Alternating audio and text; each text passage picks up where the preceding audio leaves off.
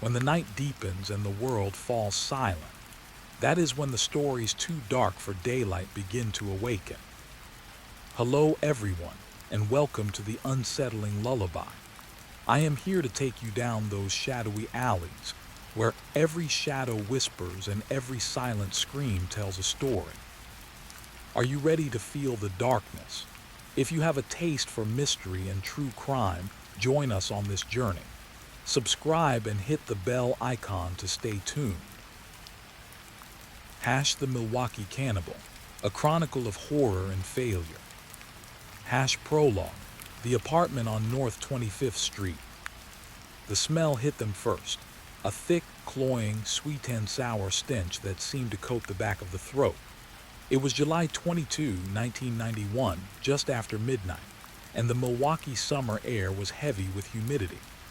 Two Milwaukee police officers, Rolf Mueller and Robert Roth, were responding to a disturbance call at the Oxford Apartments, a modest, slightly dilapidated complex on the city's north side.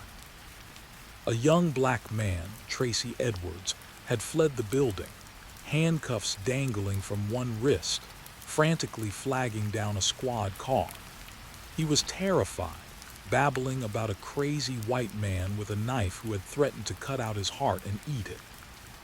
Edwards led the officers back to apartment 213. The man who answered the door was pale, bespectacled, and unnervingly calm. He identified himself as Jeffrey Dahmer. The apartment was dim, but the officers' flashlight beams swept across a scene that would soon sear itself into the national consciousness.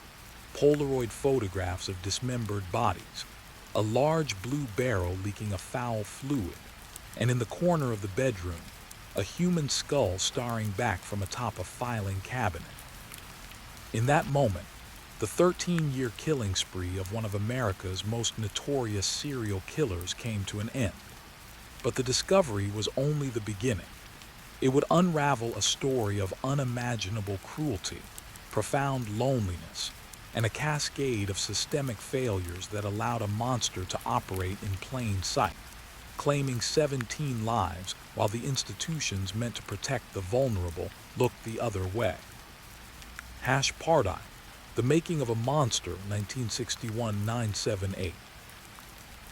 Chapter 1, A Seemingly Normal Childhood.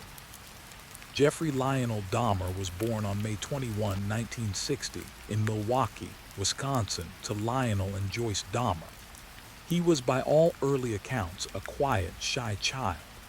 His mother, Joyce, suffered from chronic mental health issues, including severe depression and anxiety, and was often emotionally distant or bedridden. His father, Lionel, an analytical chemist, was preoccupied with his work and the strain of his wife's condition. The household was one of tense silence, punctuated by violent arguments. A pivotal moment came at age 4, when Jeffrey underwent a hernia operation.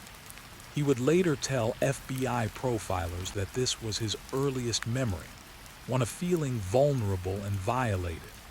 He developed a fascination with dead animals, collecting roadkill, dissecting them with his father's chemistry tools, and preserving their bones, a macabre hobby his father initially encouraged as a scientific interest.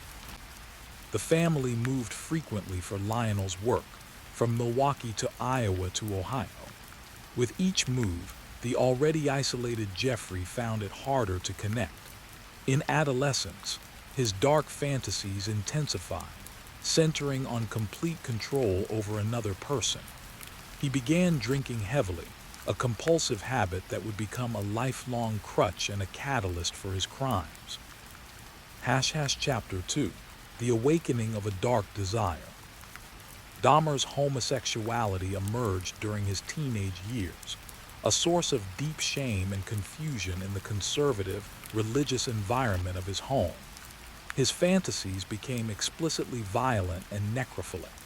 He later described a recurring daydream, finding a handsome, unconscious man on the side of the road, taking him home, and having complete, unresisting possession of him forever. His first attempt to act on these impulses came in 1978, just after his high school graduation. His parents, their marriage in tatters, had finally separated. Lionel had moved to a motel, and Joyce had taken Jeffrey's younger brother, David, to stay with relatives.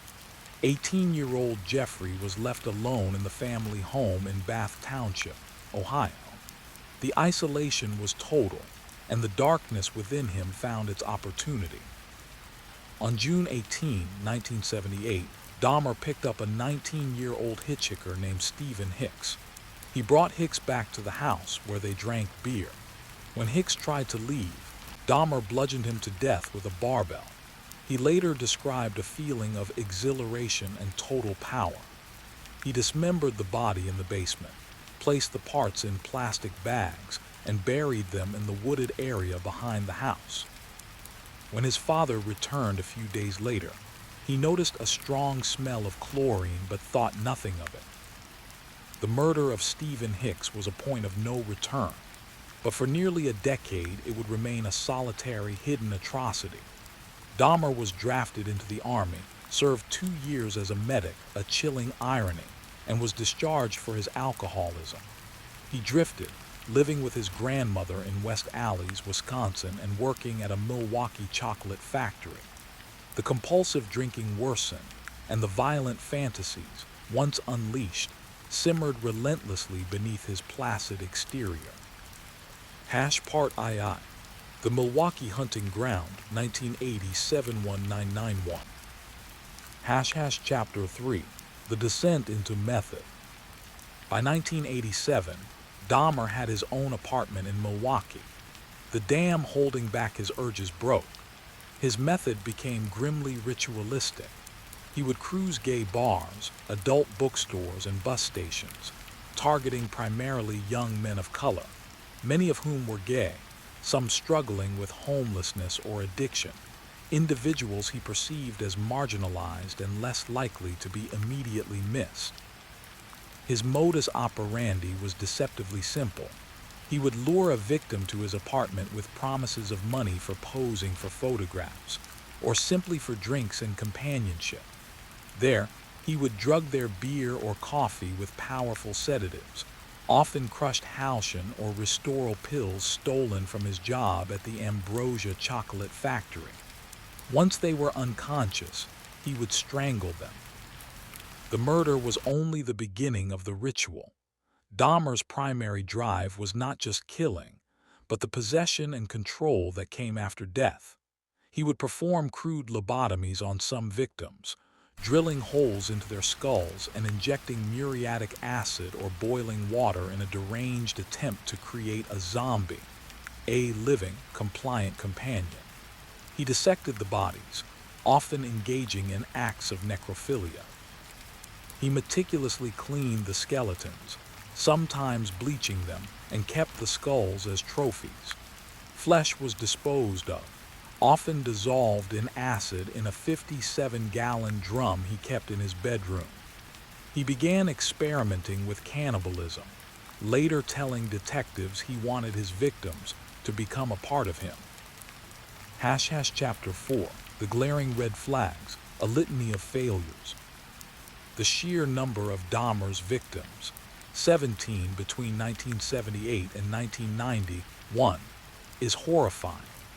But what is arguably more disturbing is how many times he was almost caught, only to be let go by a system that failed at nearly every turn. May 1988, 14-year-old Laotian brothers, Conrac Synthesomphone, was found naked, drugged, and bleeding from the rectum on a street corner. Dahmer chased after him, telling arriving police officers that the boy was his 19-year-old lover and they'd had a drunken quarrel. The officers, despite neighbors, including 3 black women who pleaded with them, insisting the boy was a child in distress, accepted Dahmer's story. They helped him return the incoherent Conrac to his apartment. There, a police report noted a smell of feces, but they left. Within hours, Dahmer strangled the boy. He would later murder Conrac's older brother, Somsak, as well. September 1988. Asterisk, a 22-year-old man escaped Dahmer's apartment after being drugged and assaulted. He reported the attack to police, who took a statement but filed it as a minor offense. Dahmer was given a 1-year probation sentence for second-degree sexual assault, which he never served. November 1990. Asterisk, Dahmer's grandmother became suspicious of the smells coming from his basement workshop and asked him to move out. He relocated to the Oxford Apartments, his final address. March 1991. Asterisk, a victim, 32-year-old Tracy Edwards, the same man who would later escape, was almost a statistic. He was seen with Dahmer at a club but left before being lured to the apartment. No one connected the dots. May 1991. Asterisk, a probation officer filed a report stating Dahmer was a low risk and appears to be a very quiet, well-mannered individual who is gainfully employed. Each of these incidents was a thread that, if pulled, could have unraveled the horror. But time and again, the threads were dropped. The failures were multifaceted. Racial bias. The victims were mostly black and Asian. Homophobia, dismissing incidents as gay lovers' quarrels. Apathy, poor training, and a lack of communication between agencies. Part III, the unraveling and the reckoning. Chapter 5, the apartment of horrors. The night of July 22, 1991 began like so many others. Dahmer met Tracy Edwards at a mall. He lured him to apartment 213 with promises of money to pose for videos. Once inside, Edwards was handcuffed. Dahmer showed him Polaroids of dismembered bodies, held a knife to his chest, and touched the blade to his stomach. For hours, Edwards pretended to go along with Dahmer's demands, watching a movie, waiting for his chance. When Dahmer momentarily dozed off, Edwards kicked him in the face, bolted out the door, and found the police. The subsequent search of apartment 213 revealed a chamber of horrors. 4 human heads in the refrigerator and freezer. 2 hearts in the freezer. A human skull on the filing cabinet. A skeleton in the blue barrel. A vat of acid containing decomposing torsos. A drum of hydrochloric acid. Polaroids documenting the torture, dismemberment, and necrophilia. A shrine of painted skulls. The evidence was so overwhelming and grotesque that veteran detectives and forensic technicians were physically sickened. The city, and soon the nation, was plunged into a state of shock. Chapter 6, the trial and the aftermath. Dahmer was charged with 15 murders in Wisconsin. The 2 Ohio murders would be tried separately. In a controversial decision, his defense team entered a plea of not guilty by reason of insanity. The trial, beginning in January 1992, was a media circus. Dahmer's confession was chillingly detailed and matter-of-fact. He showed no emotion, describing his acts with the detachment of a lab technician. The prosecution argued that his meticulous methods, drugging, disposing of evidence, lying to police, proved he knew right from wrong and was therefore legally sane. The jury agreed. On February 15, 1992, he was found guilty on all counts and sentenced to 15 consecutive life terms, totaling 957 years in prison. For the families of the victims, the trial offered no solace, only a deeper wound as the graphic details of their loved ones' final moments were broadcast to the world. The city of Milwaukee faced intense scrutiny and outrage, particularly from the black community, over the police handling of the Conrack synthesophone incident. 2 officers involved were fired, though they were later reinstated. Chapter 7, Prison and Death. Dahmer was sent to the Columbia Correctional Institution in Portage, Wisconsin. In prison, he was baptized and claimed to have found religion, though many viewed this as another attempt at manipulation. He was a model prisoner but remained a target. On November 28, 1994, just over 2 years into his sentence, Dahmer and another inmate, Jesse Anderson, were assigned to clean the prison gymnasium. A third inmate, 25-year-old Christopher Scarver, who was serving a life sentence for murder and suffered from severe mental illness, attacked them both with a metal bar from the prison's weight room. Dahmer was beaten to death. Scarver later told investigators that God had commanded him to kill the two men. Jeffrey Dahmer was 34 years old. His death, like his life, was brutal and senseless. Epilogue, Shadows and Questions. The story of Jeffrey Dahmer is more than a catalog of unspeakable acts. It is a dark mirror held up to society. It forces us to confront uncomfortable questions about the nature of evil. Was Dahmer a monster born, or a monster made by a lonely childhood, unchecked mental illness, and compulsive addiction? The psychiatric consensus suggests a catastrophic intersection of paraphilias, necrophilia, somnophilia, a severe personality disorder, and psychosis, all fueled by alcoholism. But the larger, more damning questions are institutional.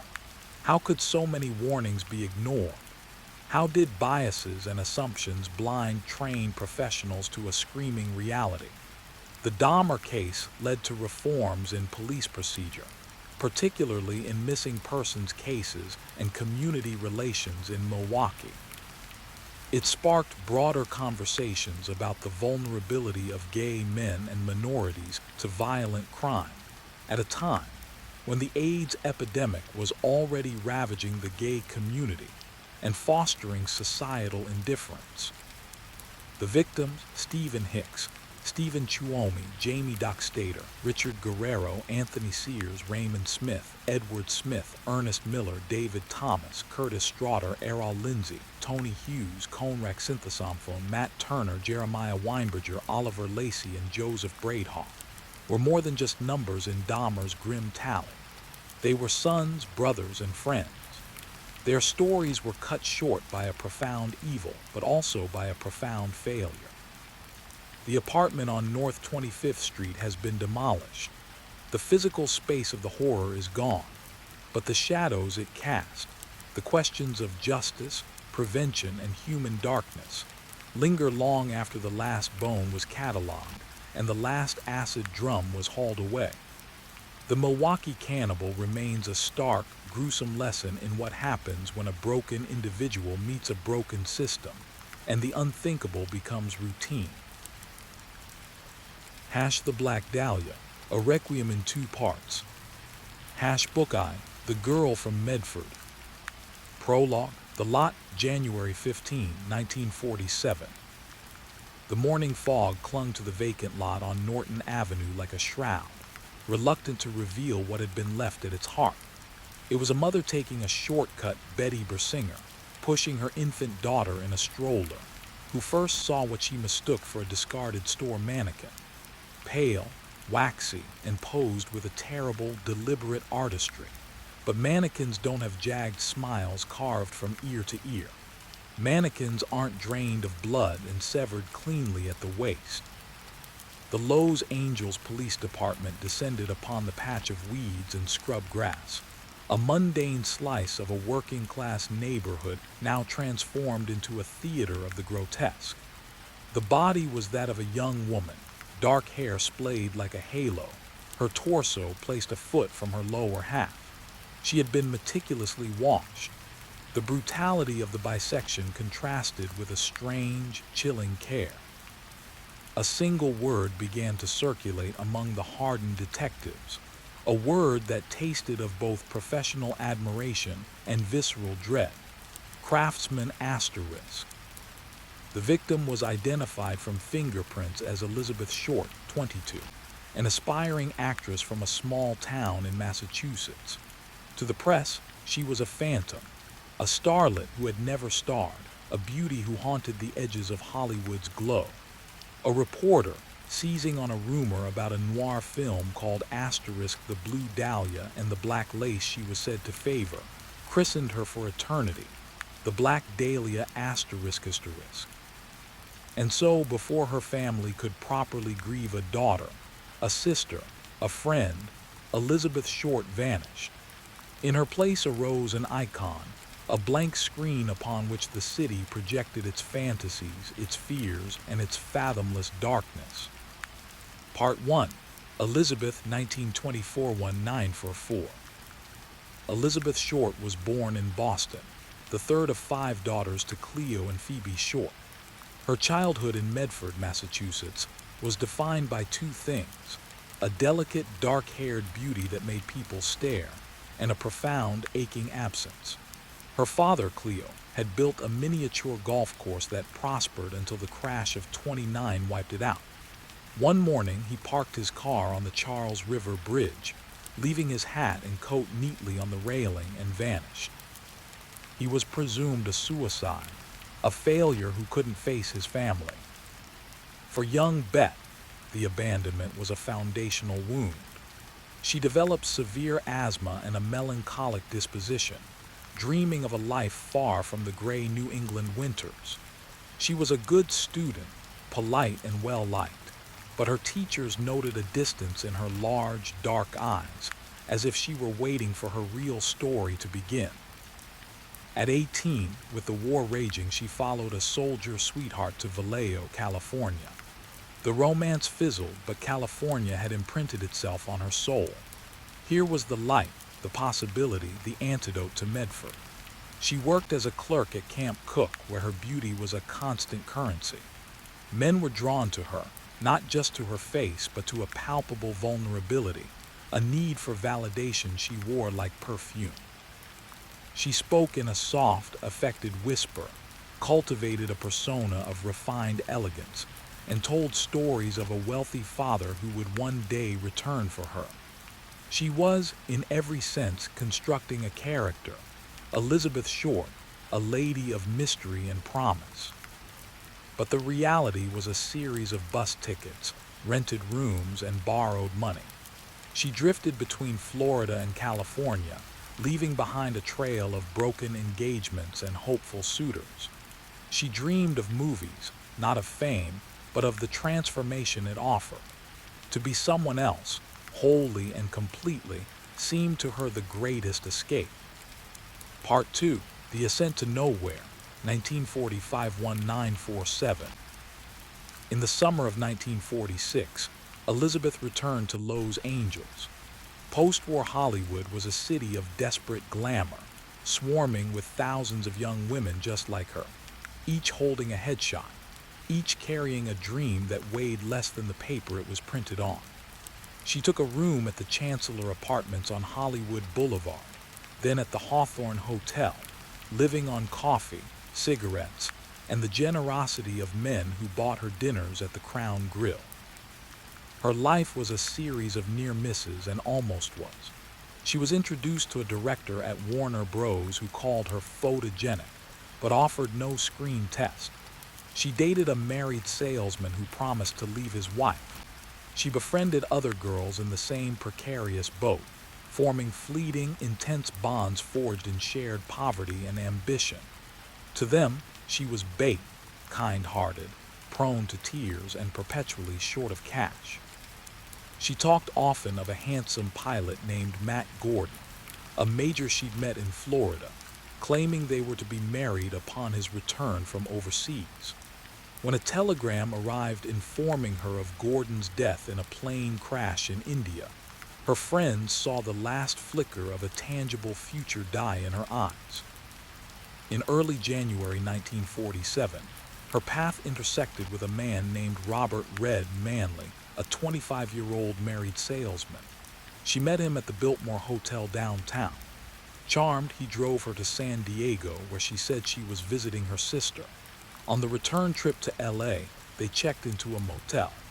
The next day, January 9th, Red dropped her off at the Biltmore at her request.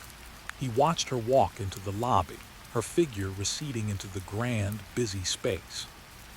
It was the last confirmed sighting of Elizabeth Short alive. For 6 days, she disappeared into the city's bloodstream. Part 3. The Anatomy of a Spectacle Asterisk.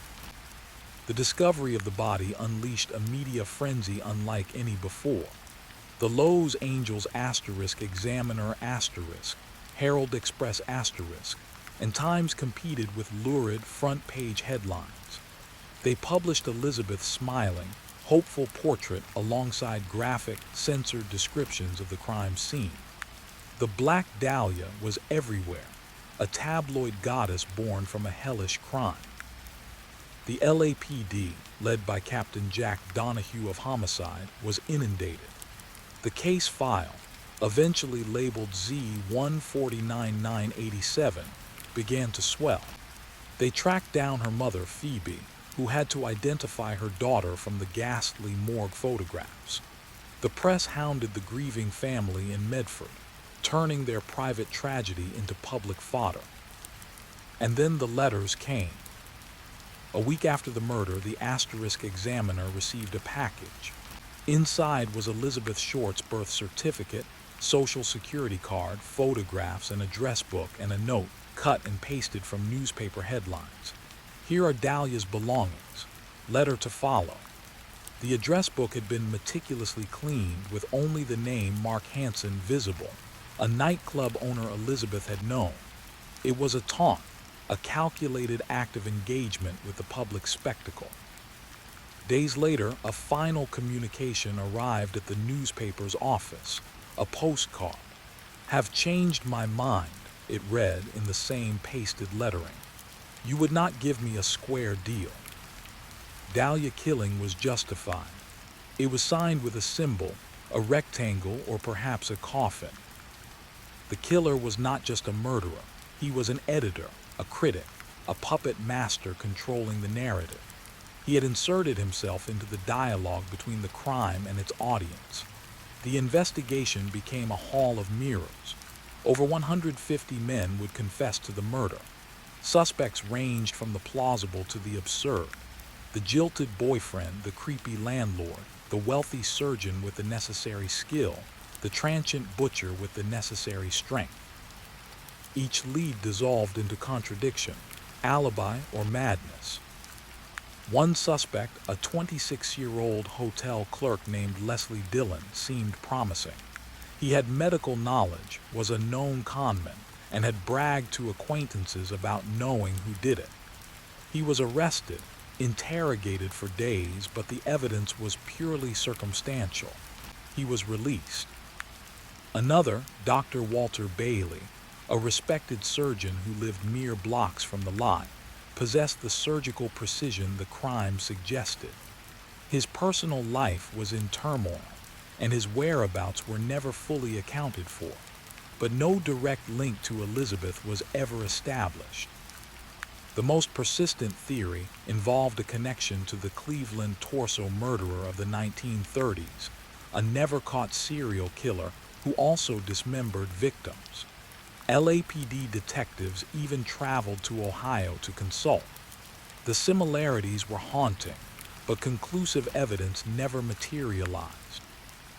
The investigation was a monster that fed on itself. Tips led to dead ends. Suspects accused other suspects. The press printed wild theories, further polluting the well of information. The core truth, who Elizabeth Short was in that final week, who she met, and who hated her or his own desires enough to commit such an act, was buried under an avalanche of noise. Part 4. The Unraveling.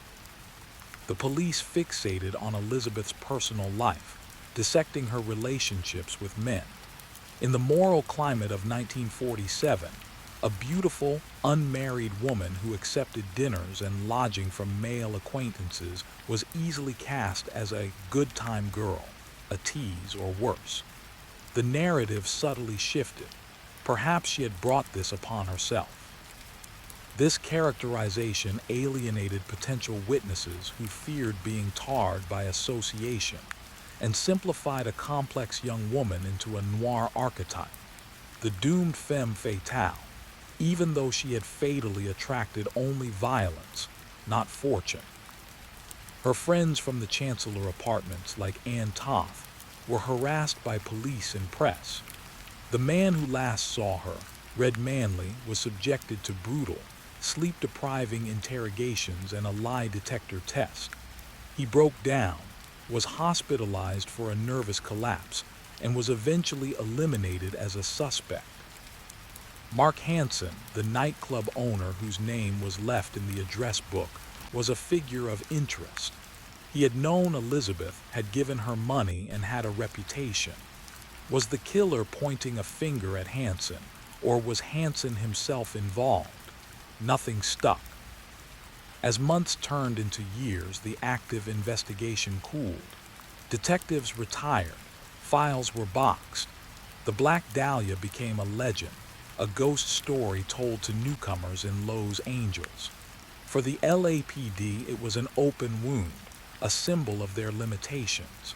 For the public, it was a dark fairy tale, a warning whispered to young women heading to Hollywood. Epilogue: The Ghost in the City. Elizabeth Short's murder was never solved. It remains the quintessential American cold case, a black hole at the center of Hollywood's glittering myth. The legacy is twofold. First, it marked a watershed in forensic science and media mania, a case study in how not to handle an investigation amidst a press circus. Second, and more profoundly, it cemented the tragic fate of Elizabeth Short. She achieved the fame she sought, but as a victim, a mystery, a symbol. Her humanity, her asthma, her love of movies, her grief for her father and her lost fiancé, her kindness to friends, was eclipsed by the horrific manner of her death and the sensational name attached to it. The vacant lot on Norton Avenue is now a quiet, well-kept suburban lawn. People walk their dogs past it unaware. But in the cultural imagination, the lot remains forever empty, waiting. The Black Dahlia endures not because of the killer's skill, but because of the story's unbearable resonance, the destruction of beauty, the corruption of hope, and the terrifying truth that some mysteries are never meant to be solved. They simply become part of the landscape, a permanent stain on the sun-bleached concrete of the dream factory. Elizabeth Short's story is not a whodunit. It is a requiem, a 60,000-word lament for a life interrupted, a city corrupted, and a justice forever deferred. It is the story of the girl who vanished and the icon who remained, forever posed in the January fog, waiting for an answer that will never come. Helter Skelter, the shattering of a dream. Prologue: Silo Drive. The night of August 8, 1969, in Los Angeles held the warm, dry breath of a typical California summer. On Silo Drive, high in the Benedict Canyon, the air was scented with eucalyptus and night-blooming jasmine. At 10,050 Silo Drive, a rented French country-style estate, the lights were on. Inside, 26-year-old actress Sharon Tate, 8.5 months pregnant, radiant with impending motherhood, was hosting a quiet evening with friends. With her were her former lover, celebrity hairstylist Jay Sebring, 35, her friend and coffee heiress Abigail Gibby Folger, 25, and Gibby's boyfriend, Polish writer Wojciech Wojtek Frykowski, 32. The young caretaker, Stephen Parent, 18, was saying his goodbyes after visiting the estate's tenant, William Garrettson. They were beautiful, young, successful, emblems of the decade's promise. Sharon, married to acclaimed director Roman Polanski, who was in London working, was the very picture of Hollywood's new wave. That night, they talked of films, music, the baby soon to come. The world outside was one of anti-war protests, moon landings, and Woodstock's recent promise of a harmonious age. They had no way of knowing that a different, darker current of the 1960s was winding its way up the canyon road. A decrepit yellow 1959 Ford Falcon, its exhaust sputtering, crawled to a stop near their gate. Inside were four young people: Susan Atkins, 22, Patricia Krenwinkel, 21, Charles Tex Watson, 23, and Linda Kasabian, 20. They were family. They had been sent by their father, their God, their master, Charles Manson. Their instructions were vague yet terrifying: to go to the house previously inhabited by a music producer named Terry Melcher, and to totally destroy everyone in it, as gruesome as you can.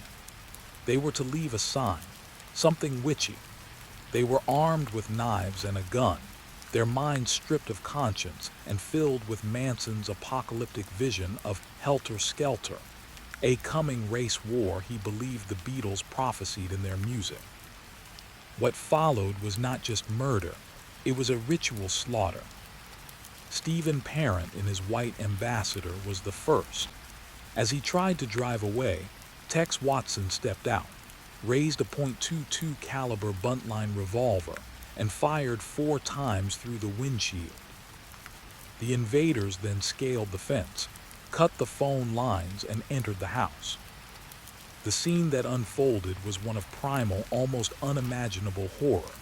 Sharon Tate, begging for the life of her unborn child, was stabbed 16 times. Jay Sebring, trying to protect her, was shot and stabbed 7 times. Wojtek Frykowski, in a desperate struggle, was shot twice, stabbed 51 times, and bludgeoned. Abigail Folger, who managed to run out into the lawn, was chased down and stabbed 28 times. In a final, grotesque flourish, Susan Atkins used Sharon Tate's blood to write the word pig on the front door.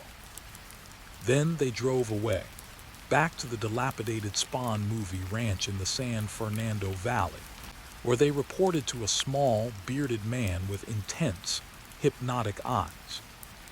"I left a sign," Atkins told Charles Manson. "I wrote pig on the door in blood." Manson nodded. The work was not yet complete. Part I, The Gathering Storm, Chapters 115. The story begins not in 1969, but in the post-war American landscape that created Charles Mills Manson. Born in 1934 to a 16-year-old mother, his life was a roadmap of institutional failure, neglect, reform schools, and prisons. He spent over half of his first 32 years behind bars for an escalating series of crimes: car theft, burglary, check fraud. Prison was his university. There he honed his skills of manipulation and became a devoted student of Dale Carnegie's How to Win Friends and Influence People *, alongside the Bible and Scientology texts. He emerged in 1967, at the height of the summer of love, a 32-year-old ex-con with a guitar, a messiah complex, and a perfect understanding of the era's vulnerabilities.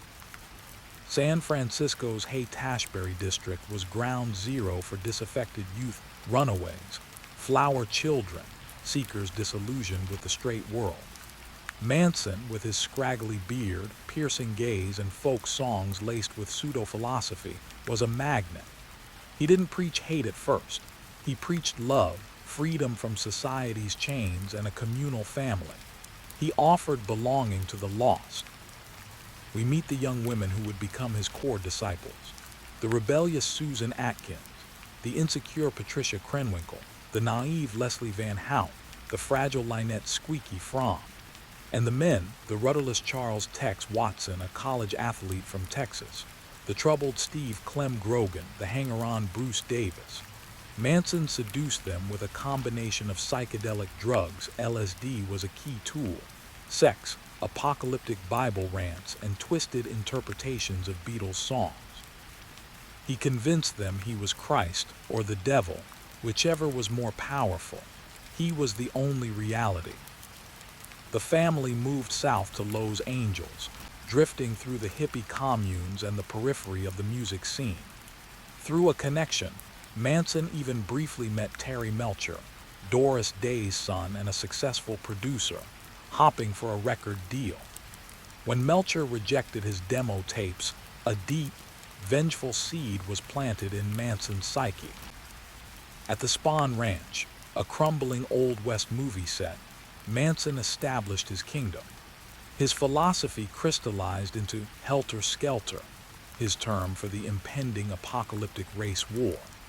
He preached that the black man would rise up and destroy the white establishment, but being incapable of ruling, would need the hidden, superior white family to emerge from a bottomless pit in the desert to take over the world. The Beatles' White Album *, he claimed, was a coded message to him, telling him to ignite the war. Helter-skelter was coming fast, and the family needed to prepare. The paranoia grew. Manson's lectures became more violent.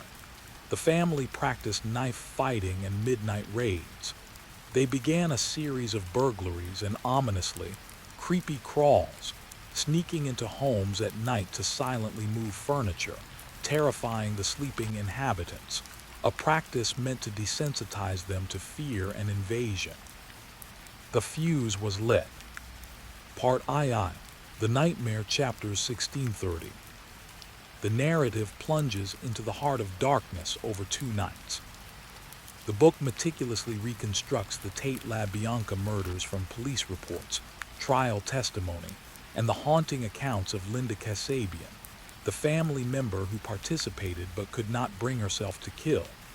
The visceral, terrifying details of CeeLo Drive are rendered not for sensationalism, but to convey the profound rupture of the social contract. This was not a robbery gone wrong. It was ideological slaughter, meant to spark terror and chaos. The following night, August 9, Manson himself led the expedition. He selected a house at random. Driving through the wealthy Lowe's Fellas neighborhood until he pointed to 3301 Waverly Drive. The target was Leno LaBianca, 44, a wealthy grocery chain owner, and his wife, Rosemary, 38. Manson entered first, tying up the couple with leather thongs, assuring them they would not be harmed. He then left, ordering Tex Watson, Patricia Krenwinkel, and Leslie Van Houten inside. The murders were, if possible, even more grotesquely intimate. Leno LaBianca was stabbed 12 times, with a fork lodged in his stomach. Rosemary LaBianca was stabbed 41 times. The words "Death to Pigs" and "Healter Skelter Sicke" were carved into Leno's flesh. "Rise" was written in blood on the living room wall. The family returned to Spahn, believing they had started the revolution. Manson was exhilarated, but the world did not descend into immediate chaos. Instead, Lowe's Angels was gripped by a panic of a different kind, a baffled, profound fear. The police had no motive, no suspects. The city of Angels was suddenly a place where monsters could walk into any home. The investigation, led by the dogged LAPD detectives, is a story of false leads and frustration. The hippie community closed ranks. Fear of the police was greater than fear of the killers. The family, meanwhile, descended further into madness, planning more murders, including that of a Hollywood stuntman they believed had wronged them. The break came from a seemingly unrelated case. In October, family member Susan Atkins, arrested for auto theft, was sharing a jail cell with a woman named Ronnie Howard. Boasting to impress her, Atkins began to whisper the whole horrifying story. "I killed them," she confessed. "I didn't mind it. I had no mercy for them." Ronnie Howard went to the authorities. Part III, The Unraveling, chapters 31-45. The arrest of Manson and his followers in the fall of 1969 sent shockwaves through the nation. The mugshots became iconic. Manson's wild-eyed, cross-eyed glare, the blank, smiling stares of the young women. Who were these people? The trial, which began in June 1970, was a media circus and a cultural exorcism. Presiding Judge Charles Older struggled to maintain order in a courtroom that became a stage. Manson and the 3 female defendants, Atkins, Krenwinkel, and Van Houten shaved their heads, carved X's into their foreheads, and sang songs. They would leap up and shout, turning their backs on the judge. They were performing for their master, who sat silently, radiating a malevolent charisma. The prosecution, led by Vincent Bugliosi, faced a unique challenge, proving murder against defendants who were not physically present at Silo Drive, Manson, or who claimed they were under the control of a Svengali. Bugliosi's masterstroke was constructing the helter-skelter narrative, painting Manson not as a fringe lunatic, but as the architect of a coherent, if insane, plan for revolution. Linda Kasabian, granted immunity, provided the devastating eyewitness account. The world watched, horrified and fascinated. The sight of the young women, utterly devoted to Manson, laughing and knitting in court as photos of the butchered victims were displayed, shattered the last illusions of the peace and love generation. This was the dark flip side of communal living, of dropping out, of seeking a guru. It revealed the terrifying power of charismatic evil. In January 1971, after a 9-month trial, the jury found Manson, Atkins, Krenwinkel, and Van Houten guilty of murder and conspiracy. They were sentenced to death. Tex Watson, tried separately, received the same sentence. The death sentences would later be commuted to life imprisonment when California abolished the death penalty in 1972. Part IV, The Long Shadow, chapters 46-60. The final section explores the enduring legacy of the Manson family murders, a legacy that stretches far beyond the crimes themselves. The immediate effect was the symbolic end of the 60s. The Altamont concert, where a Hell's Angel killed a concert-goer, had happened months later, but Manson was the true punctuation mark. The naive optimism of the decade died on Silo Drive. Trust evaporated. The culture pivoted towards the paranoia and disillusionment of the 1970s. The concept of the cult entered the public lexicon with a new, sinister meaning, leading to panic over groups like the People's Temple, which would culminate in the Jonestown Massacre in 1978. The victims are remembered. Sharon Tate, her potential extinguished. The others, whose lives and contributions were brutally cut short.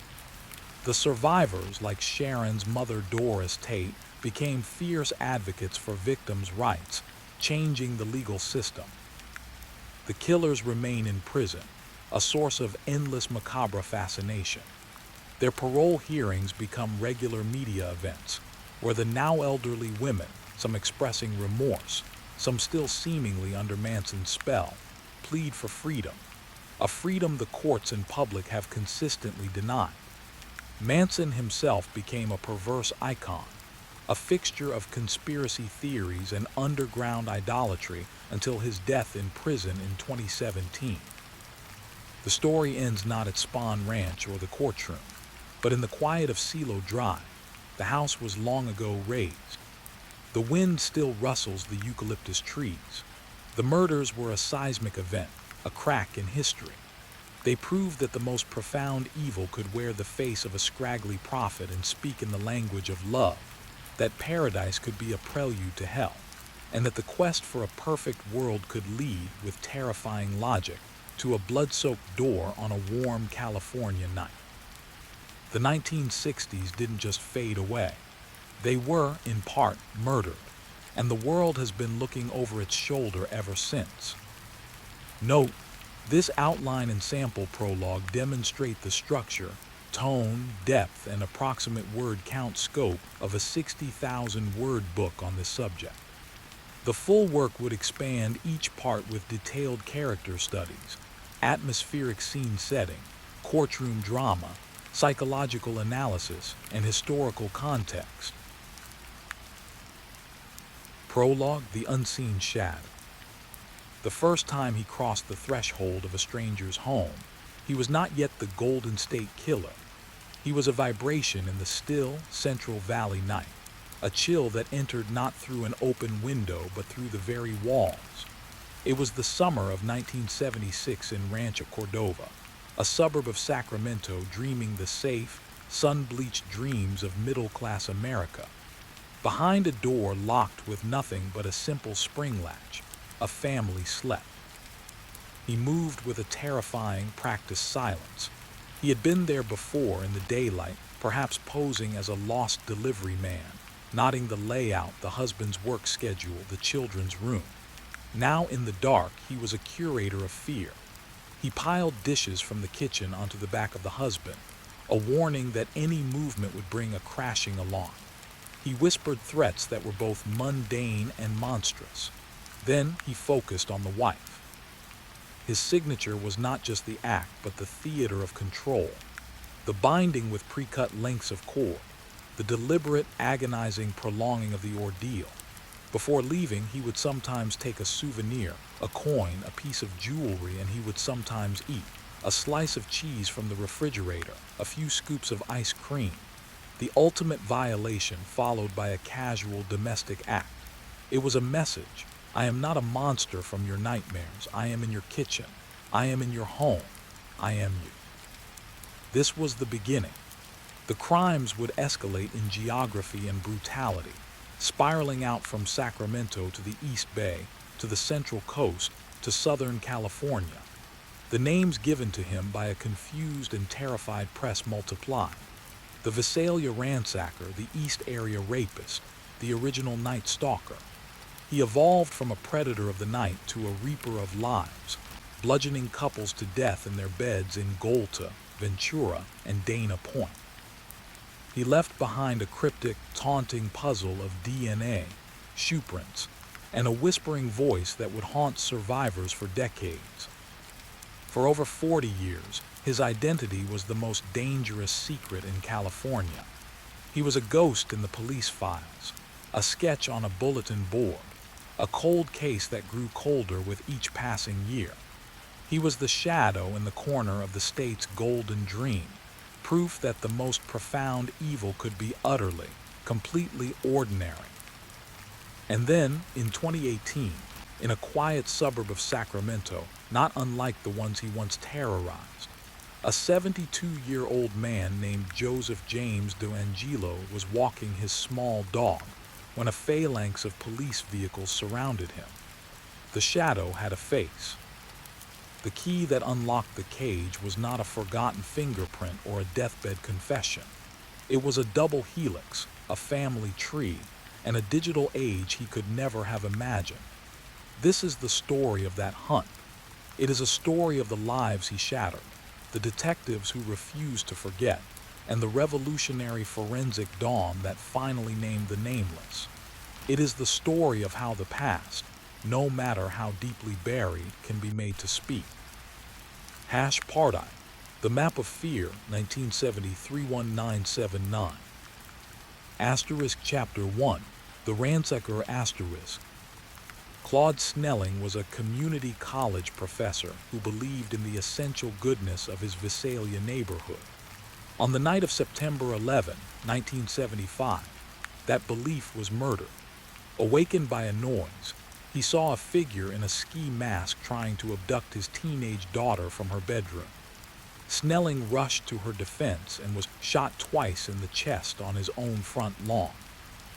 The intruder vanished, leaving behind a scene of chaos and a modus operandi that was already familiar to a young, dogged detective named Bill McGowan. For nearly 2 years, Visalia had been plagued by a bizarre and prolific prowler. He would break into homes, often while people slept, and engage in acts of compulsive, seemingly pointless rearrangement. He'd pile stolen objects in the center of a room, photographs, toys, tools, only to leave them behind. He stole rings but left cash. He unloaded guns and hid the ammunition. He ate food. He was a ghost who left a psychic stain, a vandal of peace of mind. McGowan, who came heartbreakingly close to catching him one night, even getting the prowler in his patrol car headlights before being shot at and wounded, dubbed him the Visalia ransacker. The ransackers' crimes were a terrifying prelude. They were exercises in control, in the violation of sanctuary. When the attacks suddenly stopped in Visalia in late 1975, a new, more violent wave began 200 miles north, in Sacramento. The connection wouldn't be made for years. Chapter 2: The East Area Rapist. Sacramento County in the mid-1970s was a sprawling patchwork of new developments, a promised land for young families. The fear began subtly with reports of a peeper, a man staring into bedroom windows. Then, in June 1976, the first confirmed attack occurred in Rancho Cordova. The pattern was horrifyingly precise. He targeted single-story homes with fences he could hop. He attacked couples always. He would shine a flashlight in the sleeping man's face, bind him with intricate, cruel knots, and pile dishes or glassware on his back. He would then rape the woman, sometimes for hours, whispering threats, asking in a strange, high-pitched voice about his own performance. "I hate you. I hate you," he would mutter. Before leaving, he would take trivial souvenirs and sometimes make a phone call later to taunt his victims. Sacramento Sheriff's Detective Carol Dolly, one of the few women in the department's detective bureau, took the lead. The community was paralyzed. Men bought guns and installed alarm systems. Women slept with baseball bats. Neighborhood watch groups patrolled with walkie-talkies. The police were flooded with tips and false alarms. The attacker seemed to be everywhere and nowhere. He knew police radio codes, often striking just after a patrol car had passed. He left few clues: peculiar diamond-shaped knots, shoe prints from military-style Avia sneakers, and though no one knew it yet, his DNA. He was a student of fear. He once told a victim, "Make one move and you'll be silent forever, and I'll be gone in the dark."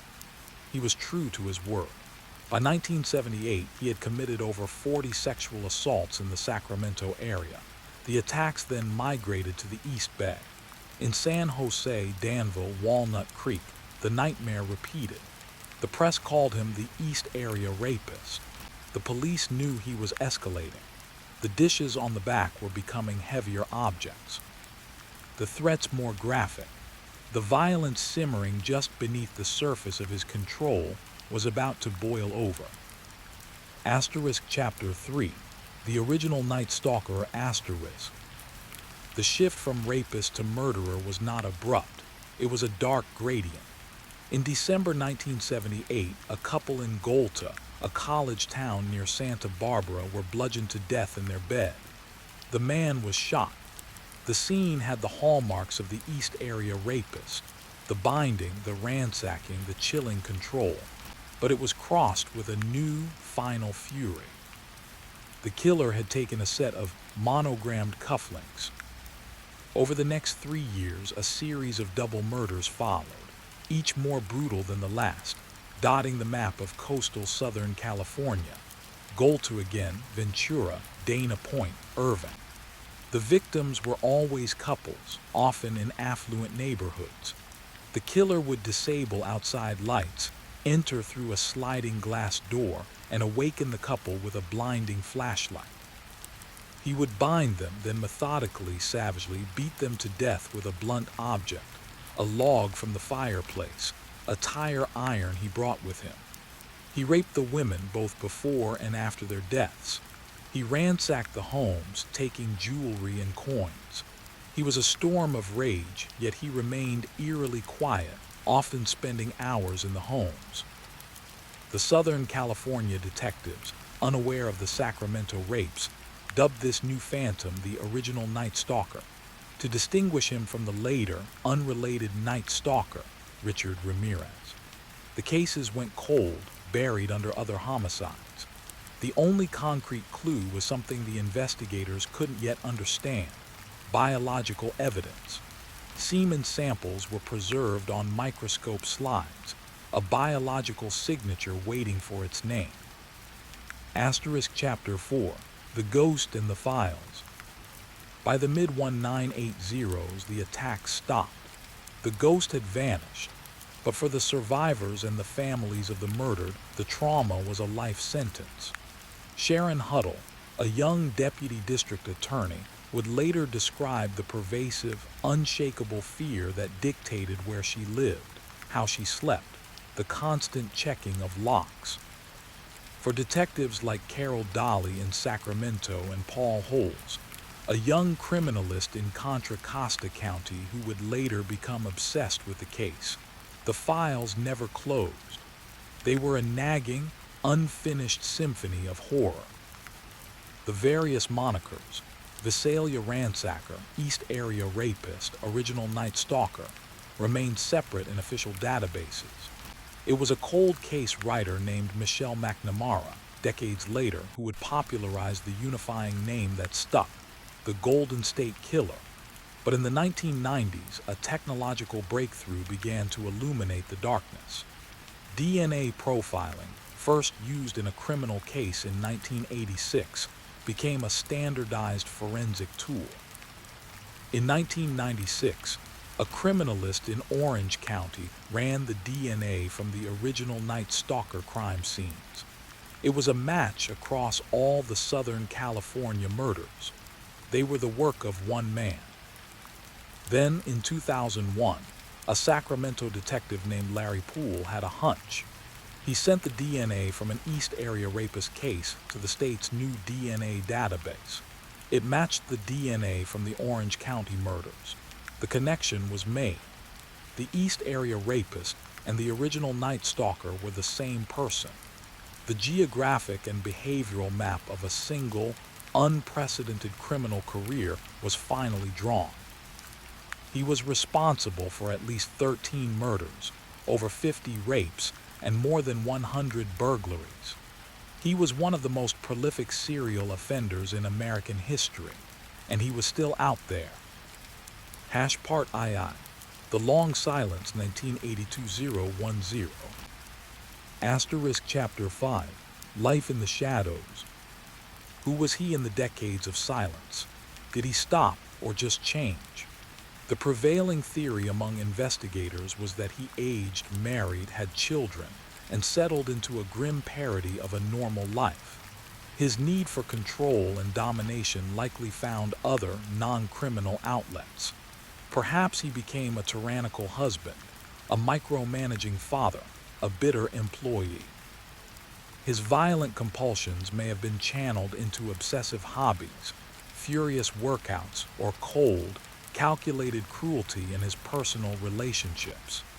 He lived with his secret, a king of a tiny, dark kingdom, walking among the people whose lives he had destroyed, invisible. Meanwhile, the case files gathered dust, but not in the minds of a dedicated few.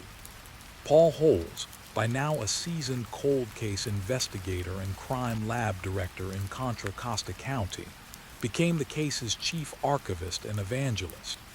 He built binders, cross-referenced clues, and traveled the state, visiting crime scenes in the dead of night, trying to get inside the killer's mind. He was haunted by the voice on the surviving 911 call from the Dana Point murder, a call made by the killer himself as he was in the house with the victims. It was a flat, chilling monotone. Other advocates emerged. A survivor named Jane Carson Sandler found the courage to speak publicly, founding a support group.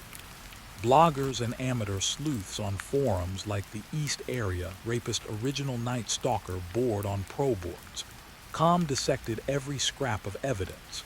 They mapped his crimes against military bases, suggesting he might have been in the service, analyzed his probable age, and debated the significance of the items he stole. The online community became a digital vigil, keeping the case alive. Chapter 6, The Genealogy of a Crime. The traditional investigative avenues had been exhausted. All leads were cold. The killer's DNA profile was in the national database, CODIS, but it had no match. He had no prior criminal conviction. He was a ghost in the machine. Then, in 2017, Paul Holes attended a forensic science conference. He heard a presentation about a new technique called investigative genetic genealogy, IgG. The principle was revolutionary. Instead of looking for a direct DNA match in a criminal database, you could take the unknown suspect's DNA from a crime scene and upload it to a public genetic genealogy website like GEDmatch. These sites allow people to upload their DNA results from companies like 23andMe to find relatives and build family trees. The crime scene DNA wouldn't yield a name, but it would provide a list of distant genetic relatives, third cousins, fourth cousins.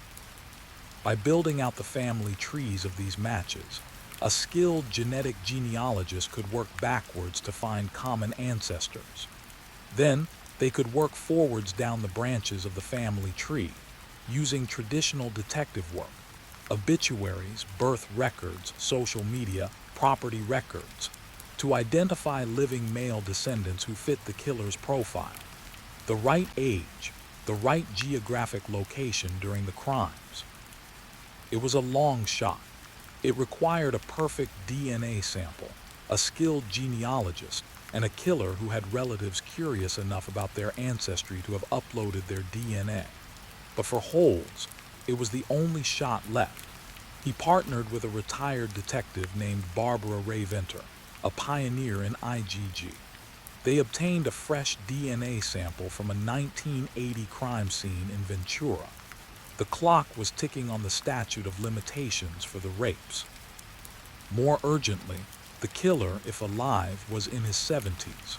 They had to find him before he died of old age.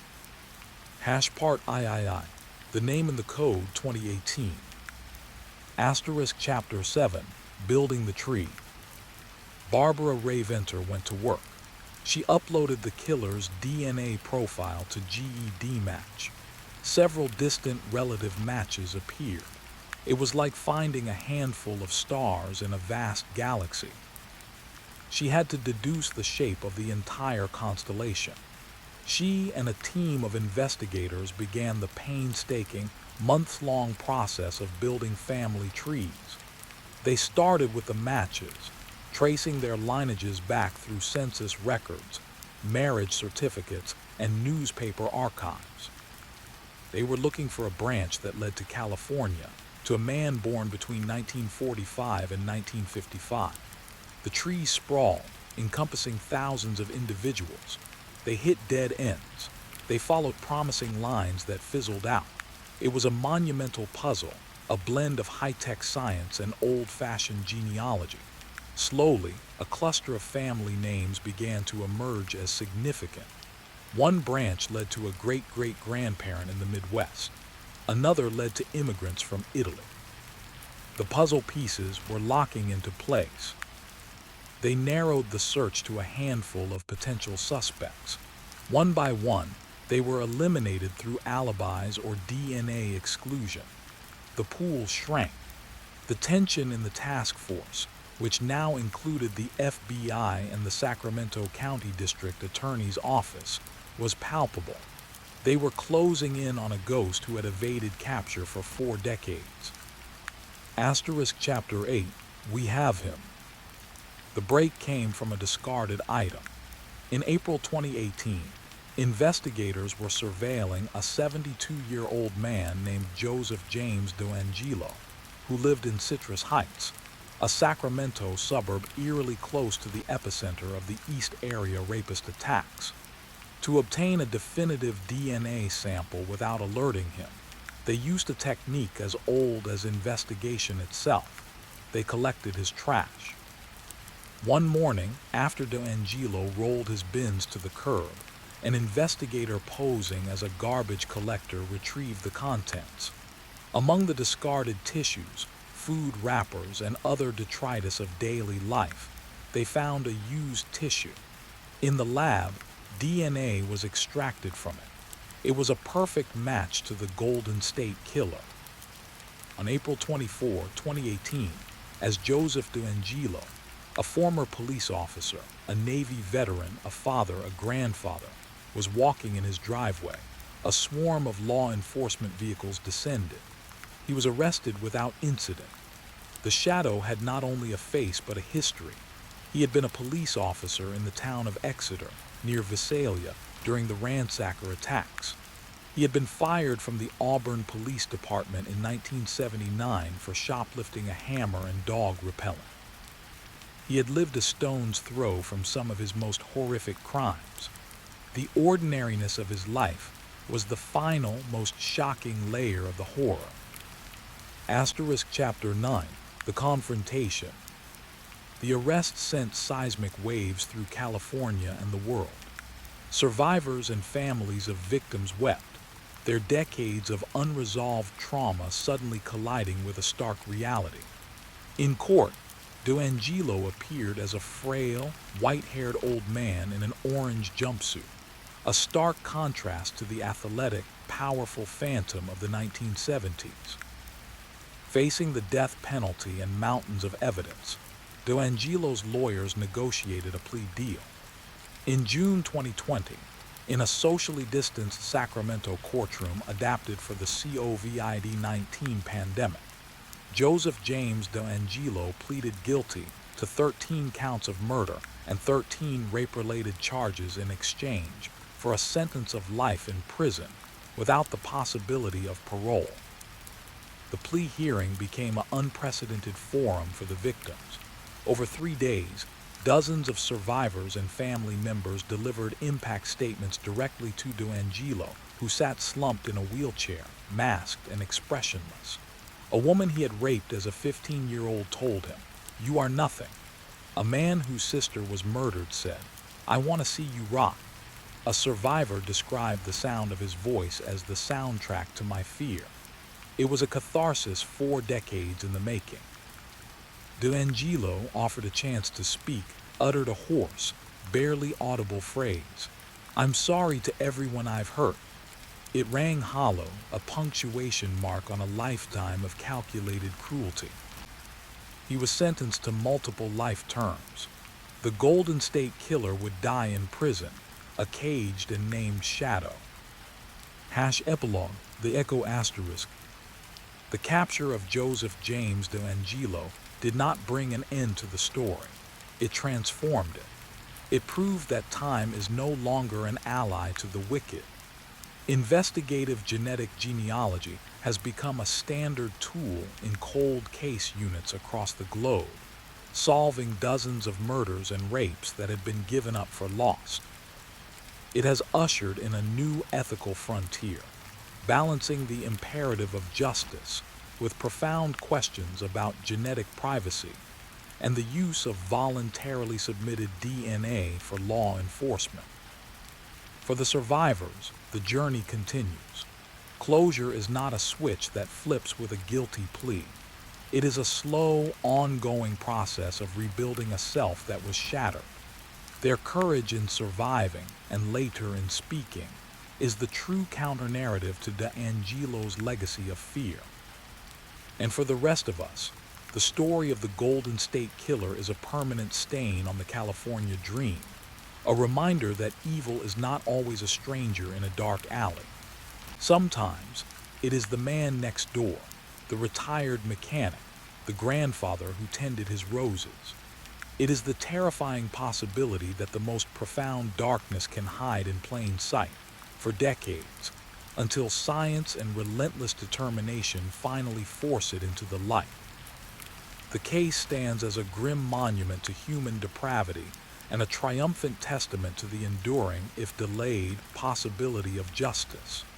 The unseen Shadow is gone. Only the echo of his crimes remains, a warning etched in history. The disappearance of Maura Murray. Prologue: The Last Light. The snow fell not in gentle flakes, but in a relentless horizontal scourge, a billion tiny crystals hurled by a February wind that had swept down from the White Mountains. It was a night that felt like the end of something. On Route 112, a winding 2-lane blacktop known locally as the Wild Ammonoosuc River Road, the world had shrunk to a tunnel of swirling white. bounded by the skeletal arms of leafless trees and the dark, silent wall of the New Hampshire woods. Inside a black 1996 Saturn sedan, the air was thick with the smell of stale coffee, spilled wine, and cold fear. Maura Murray, 21 years old, her knuckles white on the steering wheel, squinted into the maelstrom. The radio was off. The only sounds were the metronomic asterisk thump-thump-thump of the windshield wipers fighting a losing battle and the ragged rhythm of her own breathing. In the passenger seat, a half-packed suitcase gaped open, a silent witness to a plan that was rapidly unraveling. A map was crumpled on the floor, its corners stained from a tipped-over travel mug. She was running, from what exactly she could barely articulate to herself. A crumbling academic future at the University of Massachusetts, a fractured relationship with her military cadet boyfriend, the ghost of a recent car accident in her father's new vehicle. Or was it something deeper, a fissure within the bright, athletic, seemingly resilient nursing student that no one, not her close-knit family, not her friends, not the cadre of West Point cadets who admired her, had seen widening?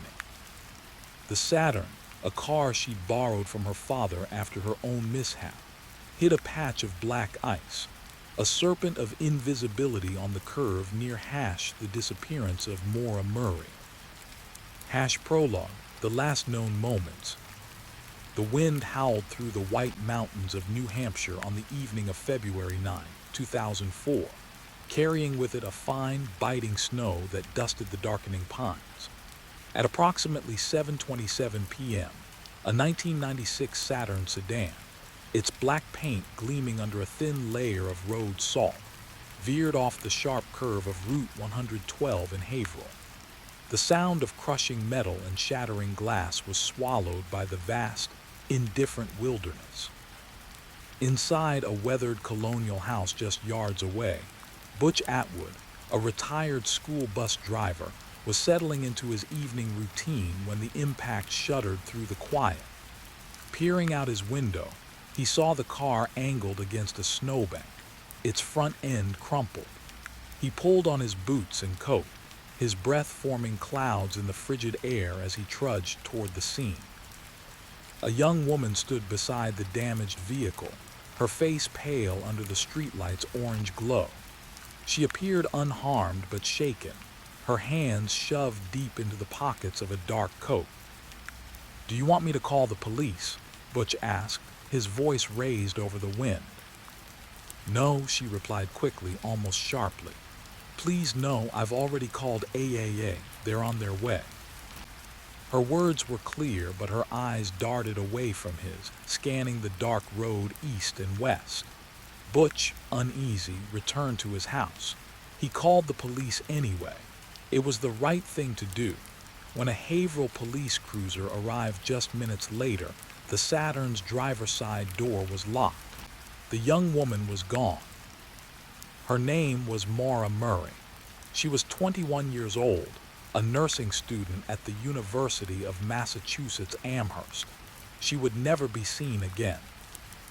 Part The Girl Before the Vanishing. Chapter 1, Amherst. Maura Murray was, by all accounts, a study in contrasts. To her classmates at UMass, she was the disciplined student with the bright smile, always prepared for clinicals, her nursing textbooks meticulously highlighted. To her coaches and teammates on the track and cross-country teams, she was a fierce competitor with a relentless drive, pushing through pain and fatigue on long New England runs. To her family, her father Fred, her mother Laurie, and her older sister Julie, she was the beloved youngest, the baby, whose ambition was both a point of pride and a source of gentle concern.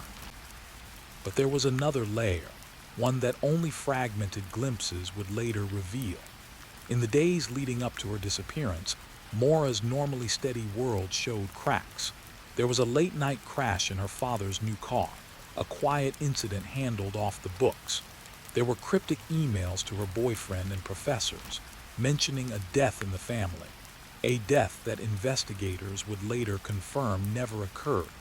She withdrew a large sum of cash from her bank account.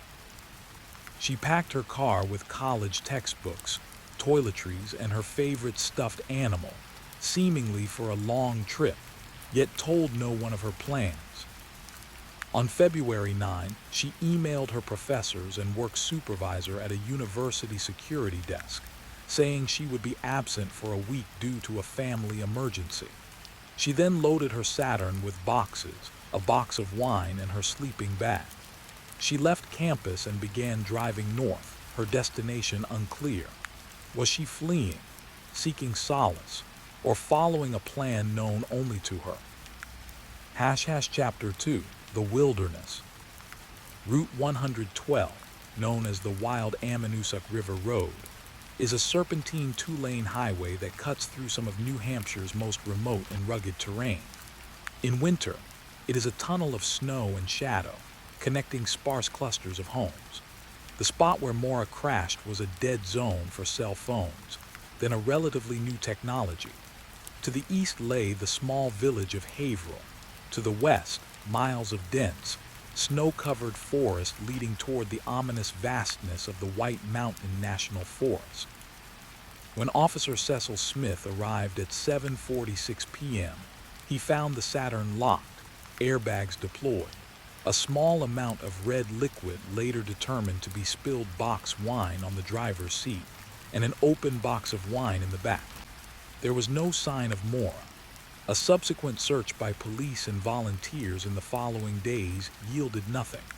No footprints led away from the car into the deep snowbanks.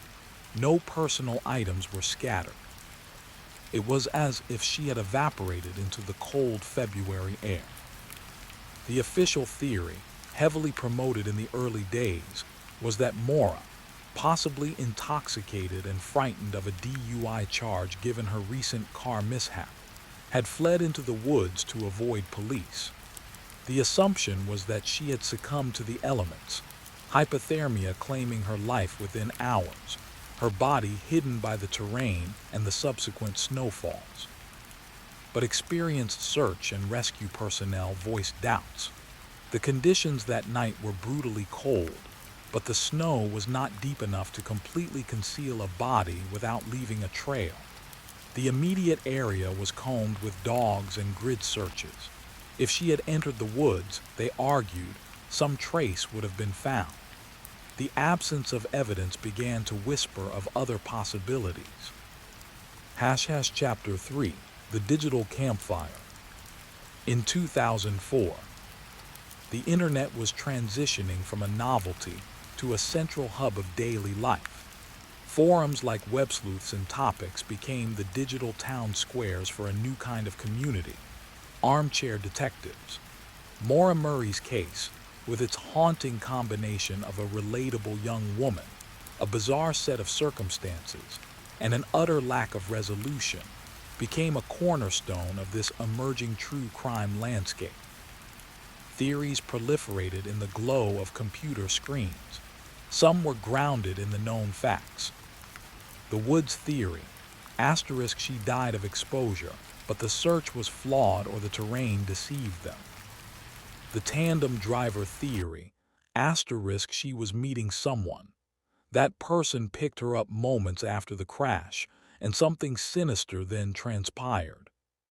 The wrong turn theory, * she sought help at a nearby house and met with foul play from a local. Others spiraled into darker, more speculative territory involving secretive organizations, cross-country escapes, and new identities. Every detail was magnified and examined. The rag in the tailpipe, a possible attempt to hide exhaust issues. The deleted phone calls on her cell records, her father's past, her sister's military service. The family, particularly her father Fred and sister Julie, found themselves in a surreal double bind. The online attention kept the case alive, generating tips and pressure on law enforcement, but it also subjected them to a relentless, often cruel microscope. Their grief became public property, their every word and action analyzed for clues or contradictions. The internet's obsession was a flame that both illuminated and burned. Part II, the unanswered questions. Chapter 4, the official investigation. The case fell under the jurisdiction of the New Hampshire State Police, Major Crime Unit. From the outset, it was treated as a missing person case with suspicious circumstances. Yet, without a crime scene, a body, or a clear suspect, progress was glacial. Leads came and went. A man reported seeing a young woman matching Maura's description running down the road about a mile east of the crash site shortly after the incident. Another reported a man smoking a cigarette near a red truck at the scene. A psychic offered a vision of a body near water. Cadaver dogs hit on a scent in a specific area, but nothing was found. The investigation was criticized for early missteps. The initial focus on the lost in the woods narrative potentially overlooking other avenues, the handling of evidence, the sometimes strained communication with the Murray family.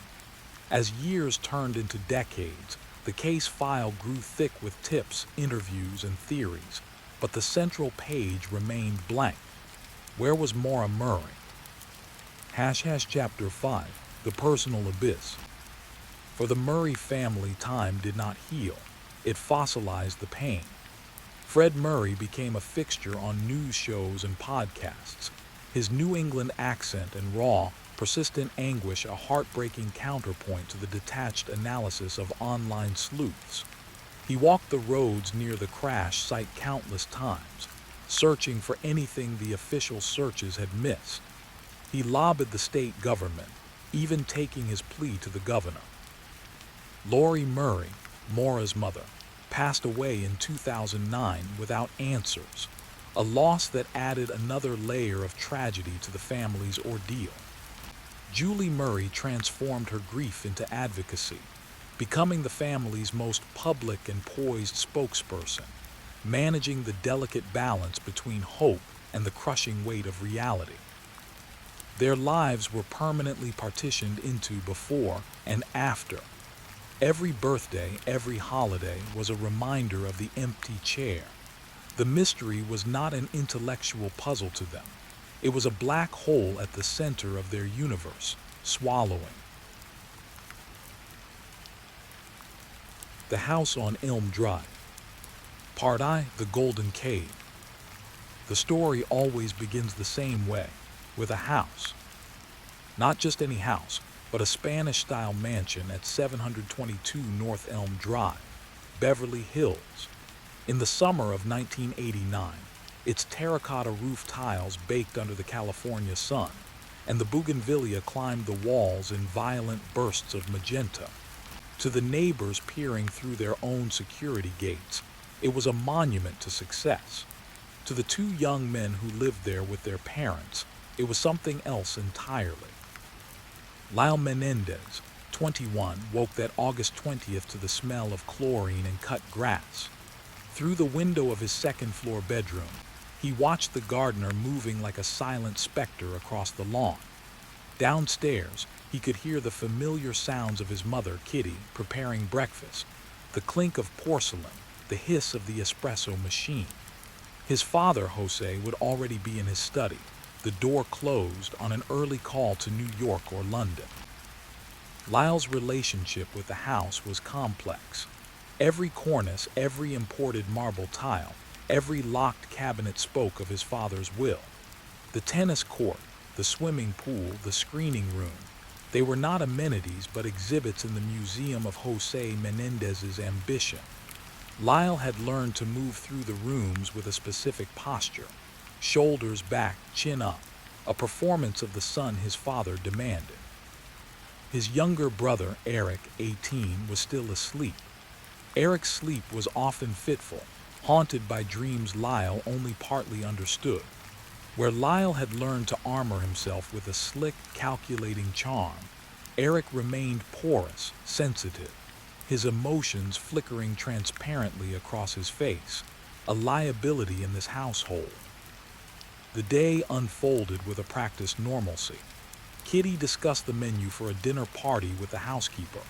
Jose, a towering figure with a commanding baritone and eyes that missed nothing, left for his office at Live Entertainment, the video distribution company he ran with a fist of iron.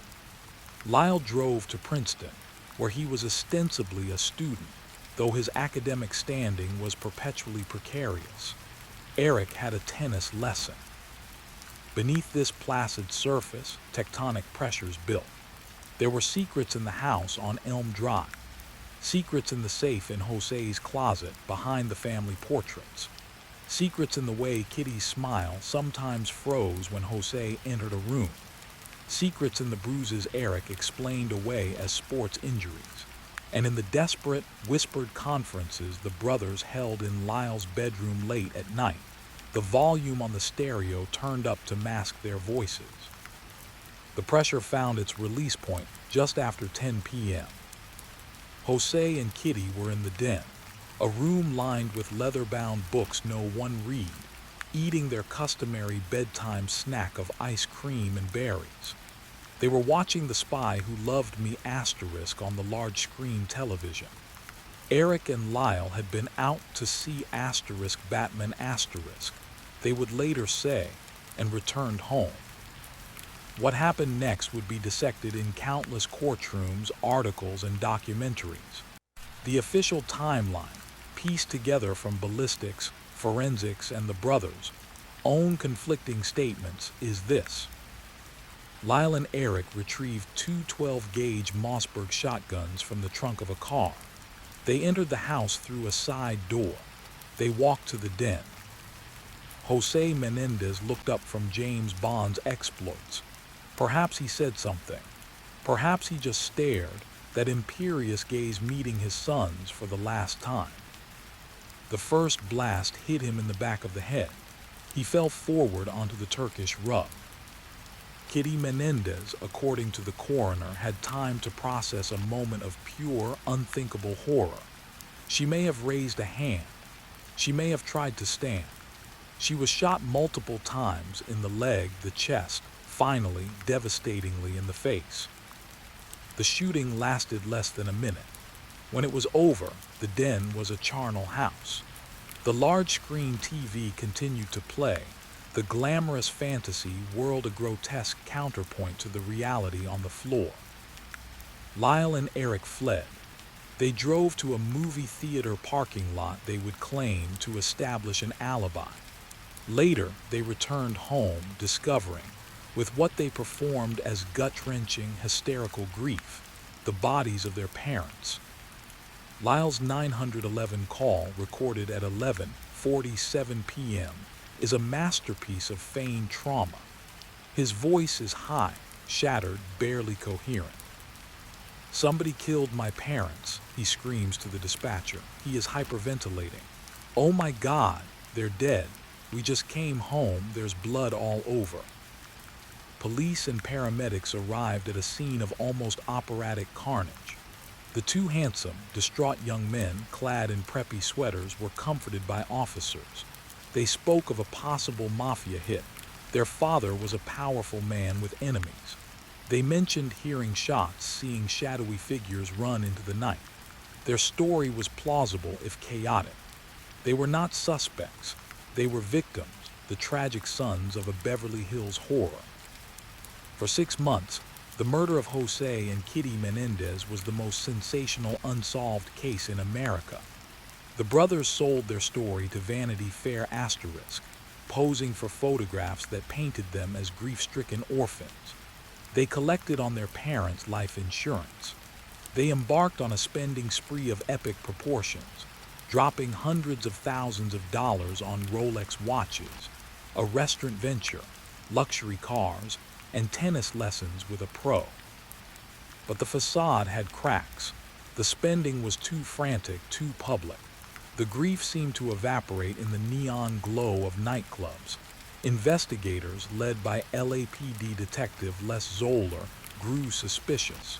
The crime scene didn't fit a professional hit. The alibi was shaky.